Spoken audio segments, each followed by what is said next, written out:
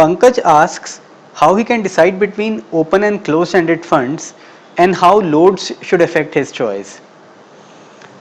One is that most investors can do without, should not be investing in closed-end fund, for the basic reason that when choosing a fund, all you have is history, and when you can choose it, when you have to invest in a closed-end fund, by its very design, the closed-end fund has no history. It is getting started, and it will close, and then it will start doing. So you don't know how it will do. So a closed-end fund at the outset is just a story. It is a hypothesis, and you have to believe in that story without much of a basis. And the future is always uncertain.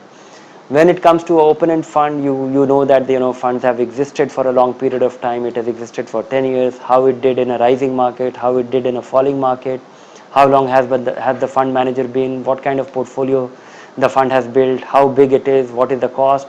So you know quite a bit about that fund. You know nothing about the closed-end fund.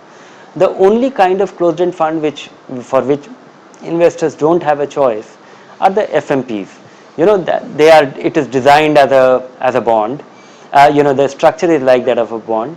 It is investing in only bonds, and by virtue of locking into a fixed time frame, it is able to give you a reasonable idea about the predictability of return. They are able to deliver predictable return. So besides FMP, I don't see any reason why any Indian investor should ever invest in a closed-end fund. And closed-end fund is also a huge compromise. Whenever investing in equity, I think it is important for investors to spread their investment, to average their investment, to do their SIP. And in a closed-end fund, you can't do that.